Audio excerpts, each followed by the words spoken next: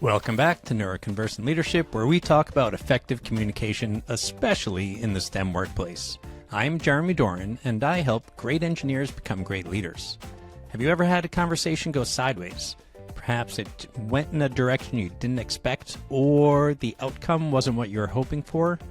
Today, we're going to dive into how to take or gain control of any conversation. When I say control, I don't mean be controlling or domineering in any way. I just mean not letting it get away from you. I know for me, there have been conversations I've had that I wish I could go back and fix. Either I know that there was something great that I could have said that I just didn't think of, or it went off the rails and it didn't go where I wanted it to go.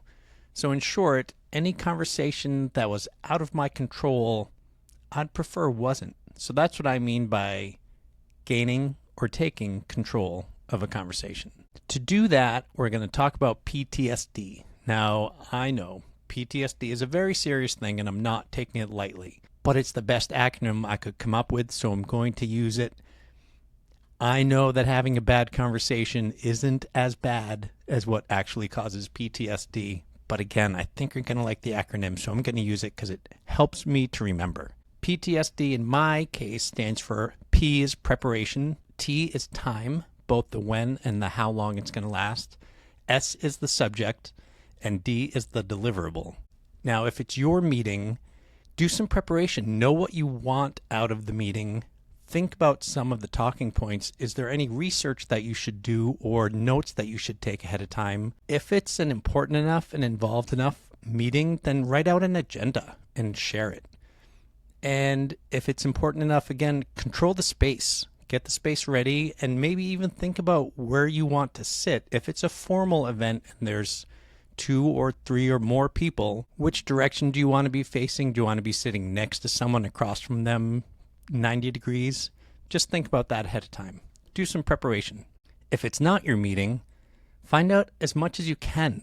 If someone says, hey, I need you to come in for a meeting, just ask. Say, hey, what's it about? Is there an agenda? And how long do you think it'll be? So even if it's not your meeting, at least you have a little bit of time to start thinking about what's going to be involved and if there are things you can do to get ready. Now, time. Sometimes you're just walking up and having a spontaneous conversation, but if not, schedule it. Exactly. Let someone know, hey, can we talk at 2 o'clock today? That will give them time to not be right in the middle of something, but they'll be able to schedule it and they'll be ready. And how long do you think you're going to need?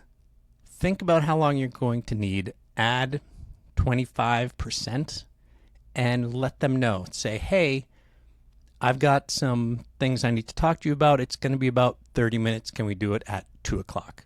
Or if you're walking into the room right now, say, hey, do you have 10 minutes? But give them an idea of how long it's going to be. If it's not your meeting, you get to ask right back. If they say, hey, can you come to my office so we can talk? Say, great. How long do you think you're going to need? You may ask that because you have a ton of things to do and you want to schedule your day so that you can get to them. Or it could be that you have a meeting coming up and you say, yeah, absolutely, but I've got a meeting in 25 minutes. Is it going to take longer than that? If so, we can schedule it. And if you're going to be interrupted for any reason, potentially, let them know. Warn them ahead of time. Say, hey, just so you know, I've got my phone on because X, Y, and Z. My wife is about to go into labor or whatever the reason is. But if you might be interrupted, it's polite to let them know that it might happen ahead of time. Subject. So the S is for subject. If this is your meeting, think about what the meeting's actually about. Are there any facts that you need to be ready with? And let them know what the subject is. Say, hey, Bob, can I talk to you about the Smith account? Great. Now he has an idea of what it's going to be. And if it's not your meeting, just ask. If someone says, hey, can you come into the room to talk for a little bit? Say, sure, what's it about? Rather than just sit down and have it thrown at you unprepared, at least you're a little bit prepared. And you can even ask that, say, sure, what's it about? And when they tell you, just ask, hey, is there anything I should get ready ahead of time? And if there is, they'll let you know. If not, then great. It's just going to be a little bit more casual.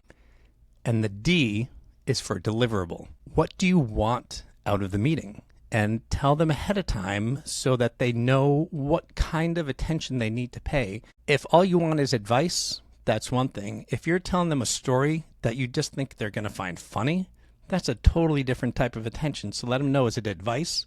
Is it help that you want? Should they be prepared to do something for you? Is it something that you're going to want them to take over? Are you just asking permission to take a step that you've already determined, or do you just need a sounding board? Letting them know that ahead of time is going to help them pay the right type of attention and know what to expect, and make them be more willing and able to help you. If it's not your meeting, ask. Find out what their goal for the meeting is. And you can't always ask right away. If they say, hey, can you come into my office, and say, yeah, what do you want out of me? You can't do that. But if you've already asked the question, say, sure, what's it going to be about? Oh, I want to talk to you about the Smith account. Then it's a very reasonable answer to respond with, great. Is there something you're going to need my help with, or are you just giving me an update?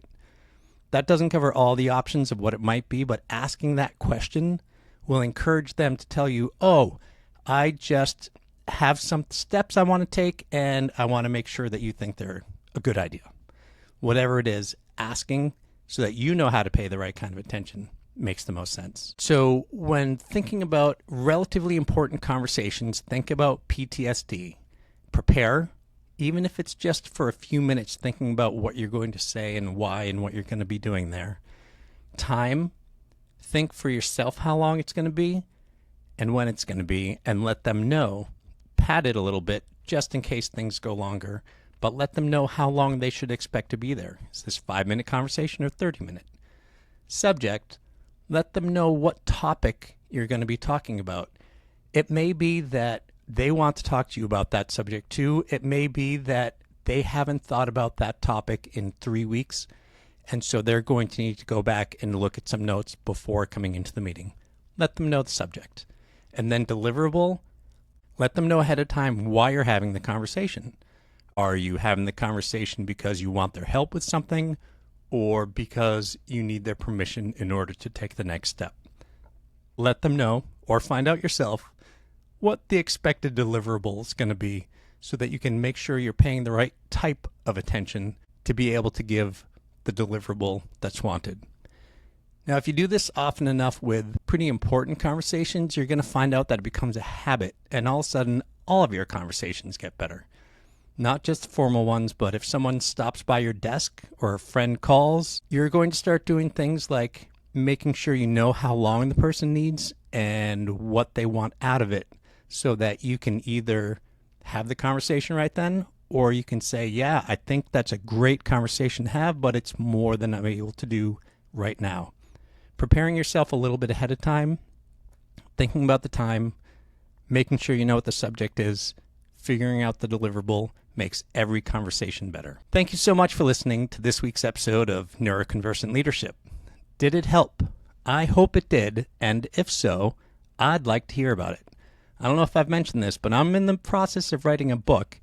I already know all my stories. I'm hoping to get some more. I'm hoping to use maybe one of yours. And if you want, I can give you a fake name. But if you can do me a favor and go to the website, neuroconversantleadership.com, and tell me your story about how either you did some of these things, used PTSD, and it helped the conversation go better, or a conversation that went poorly, and you can think of how taking these steps would make it be better. Then we can have a conversation, and perhaps I can help further. Maybe you can tell your story on the podcast, or maybe I'll use it in the book. I look forward to hearing from you. Thank you so much, and have a great week.